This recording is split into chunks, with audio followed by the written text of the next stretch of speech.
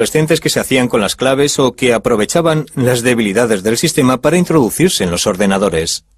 Hizo falta una película de Hollywood para que el enfado se convirtiera en pánico. De repente hicieron una película, Juegos de Guerra, que tuvo un gran éxito de taquilla. Una película que ensalzaba la utilización de los ordenadores para introducirse en unos sistemas muy potentes y en la que casi hacen que estalle la Tercera Guerra Mundial. El significado de la palabra pirata cambió de la noche a la mañana. Un pirata informático pasó a ser un crío mofletudo lo bastante listo como para introducirse en una red informática perteneciente a una enorme organización militar. La emoción estaba en entrar donde no debías y en intentar que no te detectaran. La pasión que Mitnick sentía por explorar nuevos campos fue creciendo. Tomó la costumbre de dejar sola a su esposa para ir a un motel barato y así piratear las 24 horas al día los 7 días de la semana. Con la llegada de Internet no había ya nada que le frenara. Hasta la fecha resulta difícil hacer de Internet algo seguro porque fue creada para que la información navegara sin ningún tipo de cortapisas. Fue concebida con principios muy abiertos. Nadie es propietario de los protocolos que rigen Internet, por lo tanto todo el mundo puede hacer uso de ella. Pero el tiempo pasaba rápido, la frontera de los piratas informáticos había desaparecido. Internet iba a convertirse en una herramienta de trabajo. Los piratas ya no eran bien recibidos. A finales de los años 70 y principios de los 80, te animaban a practicar la piratería informática. Era lo que se llevaba. No era considerada un delito, sino más bien pura agudeza. Era una afición divertida. La sociedad que me rodeaba, la de mi entorno, fue cambiando. Yo estaba tan metido en la manipulación de teléfonos y en la piratería informática que no me percaté del cambio que se estaba dando en la sociedad de mi entorno. Sentía por ellas auténtica pasión e interés. Los experimentos de los piratas informáticos como Mitnick se convirtieron en un problema a la hora de aplicar las leyes. Las cosas habían cambiado. Aquel no era ya el mundo en el que había crecido el club informático casero. La piratería pasó a ser asunto del FBI. Los delitos informáticos se han hecho cada vez más importantes a medida que los ordenadores han ido entrando cada vez más en Internet. Nos llegan muchas más quejas. Era un nuevo tipo de delito. No había ventanas rotas, coches que se daban a la fuga, ni huellas dactilares. Tuvimos que ponernos al día no solo en las nuevas tecnologías, sino que también en las técnicas innovadoras utilizadas por los delincuentes. Pero Mitnick fue eligiendo objetivos cada vez más grandes. En 1988 pirateó la red de DEC, un gigante de la informática, y copió detalles de su software que eran de alto secreto. No pasó mucho tiempo antes de que el FBI fuera a por él. Abrimos una investigación sobre el robo de software referente al desarrollo de un sistema operativo de la Digital Equipment Corporation. Mitnick fue arrestado en 1988. En 1989 fue declarado culpable y posteriormente cumplió condena en una cárcel federal. DEC declaró que el pirata lado oscuro le había causado daños por valor de 4.300.000 euros. En el juicio, Mitnick se dio cuenta del miedo que el mundo sentía por los piratas informáticos. Hubo un fiscal que en el juicio se acercó al juez federal y le dijo: si el señor Mitnick se acerca a uno de los teléfonos que utilizan los reclusos para hacer sus llamadas, sería capaz de iniciar una guerra nuclear. Yo estaba allí sentado ante el juez. No daba crédito, fue ridículo. El juez se contagió en gran medida de la historia del caso y ordenó que fuera aislado en una celda. Me tuvieron aislado en una celda durante 8 meses, basándose en el temor de que fuera capaz de iniciar una guerra nuclear a través de un teléfono. Creo que solo le sacaban de la celda 1 hora al día, y para hacerlo le ponían los grilletes. En 1989, tras un año en la cárcel, Mitnick fue puesto en libertad vigilada y le conminaron a que asistiera a un centro de rehabilitación para que se curara de lo que el juez denominó adicción a la informática. Finalmente fue a vivir al apartamento de su padre, pero era ya un hombre marcado. La empresa de telefonía controlaba las 3 líneas de teléfono que mi padre tenía en su apartamento. Quise averiguar quién estaba detrás de todo aquello y por qué. Averigüé quiénes eran los investigadores en Pacific Bell que habían instalado los equipos. Así que empecé a recoger información. ¿Que cómo recoge una información?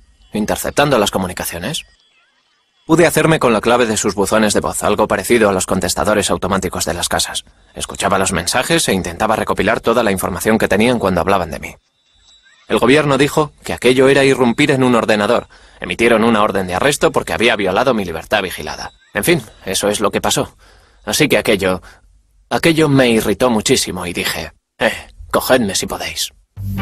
En diciembre de 1992, cuando el FBI fue a detener a Mitnick, este había volado. Se fugó porque no se fiaba del gobierno, no se fiaba del FBI y estaba convencido de que si hablaba con ellos le meterían otra vez en la celda, en una celda de aislamiento. Estaba dispuesto a hacer lo que fuera para no volver de nuevo a aquella celda. Fue toda una aventura. Me fui a otra ciudad, a un hotel, encontré un sitio donde vivir, encontré trabajo en un bufete de abogados y empecé una nueva vida a partir de cero. Pero claro, tuve que reconstruir el pasado. Lo hice sobre mí mismo, inventándome referencias. Creé una nueva identidad en la que así podría apoyarme. Conseguí información completa de todos los que se habían licenciado en Ciencias de la Información. Luego busqué un nombre que me gustara, claro. Y di con el nombre Eric Weiss. Yo ya sabía que Eric Weiss había sido el verdadero nombre de Harry Houdini.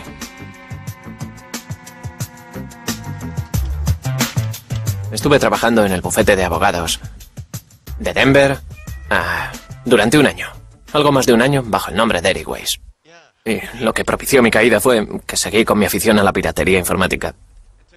Mitnick era capaz de introducirse en cualquier sistema llamando a la gente desde su teléfono portátil mientras iba camino de casa.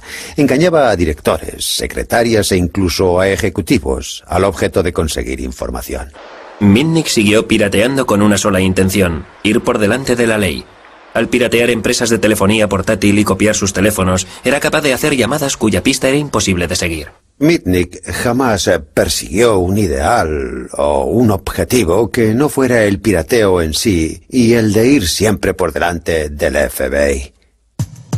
La fama de Mitnick se extendió muy pronto. En el verano de 1994, el fracaso del FBI en la detención del forajido informático ocupó los titulares de la prensa gracias al periodista John Markov. Se trataba de una buena historia, es decir, era un joven que ya había sido arrestado y que lograba zafarse de la ley gracias a sus habilidades. Sencillamente, era una buena historia. Fue él quien creó el mito de Kevin Mitnick, el John Dillinger del ciberespacio. Creo que presentaron más de 60 denuncias sin pruebas que figuraban como hechos, como por ejemplo que había irrumpido en el NORA. Contaron historias falsas sobre el banco Security Pacific y que había pinchado los teléfonos del FBI. El retrato que Markov hizo de Mitnick caló hondo en el miedo creciente que sentían tanto las empresas como el público en general, que empezaban a acostumbrarse a la idea de una vida enganchada a los cables. Era una época en la que se hablaba de Internet. Estaba apareciendo la web a nivel mundial y la gente pensaba, podemos utilizarlo en el día a día y en los negocios. Si lo vamos a utilizar en los negocios, hemos de asegurarnos que los sistemas sean muy seguros, porque si vamos a mover millones de euros y vamos a disponer de información de clientes o de empresas, no puede ser algo que esté en la red al alcance de cualquiera. Nos interesa que toda esa información esté solo a disposición de la gente para la que queremos que esté disponible. Todo el mundo depende de los ordenadores. Los transportes, los bancos, la bolsa. De alguna forma la informática está presente en todo lo que hacemos. Cuando levantamos el teléfono, también es pura informática. Y solo la gente que no está familiarizada con dicha tecnología piensa que se trata de algo místico, algo mágico, y que ese tipo del que hablan es el enemigo público número uno porque es capaz de manipular las cosas y cargárselo todo. Cuando por fin el FBI detuvo al enemigo público número uno, este residía en Carolina del Norte bajo el seudónimo de Tom Case. FBI, acérquese a la puerta, traigo una orden de arresto. ¡Se han equivocado de hombre! ¡Compruebe el buzón en el piso de abajo! Inmediatamente me puse al teléfono. Les dije a mis familiares dónde estaba, porque no tenían ni idea de que residía en Carolina del Norte. Me puse en contacto con mi abogado.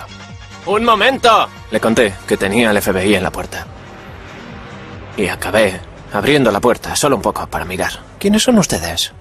Inmediatamente empujaron la puerta y preguntaron, ¿es usted Kevin Mitnick?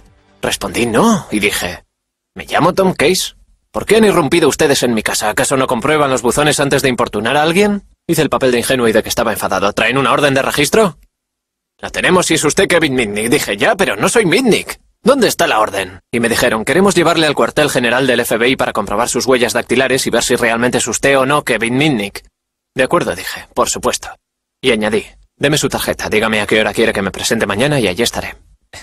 Me dijeron, no, tenemos que llevarle ahora mismo, no tenemos ningún interés en que esto se retrase. Arrestadle, ponedle las esposas. Y así me arrestaron. Mitnick volvió a estar entre rejas. En aquella ocasión se enfrentaba a 25 cargos por fraude telefónico e informático. El caso era tan complejo que Mitnick se pasó 4 años y medio en una celda antes de ser llevado a juicio. Estuvo retenido en una cárcel del condado. Le golpearon, le hicieron un montón de cosas para que se enterara de que el gobierno estaba dispuesto a aplicar mano dura. La administración le dejó bien claro que podía ser acusado en distintas jurisdicciones, que podría enfrentarse a juicios múltiples. Durante mucho tiempo no hubo pruebas en su contra. El único juicio que Kevin Mitnick tuvo fue el que se llevó a cabo en el New York Times y en los medios de comunicación.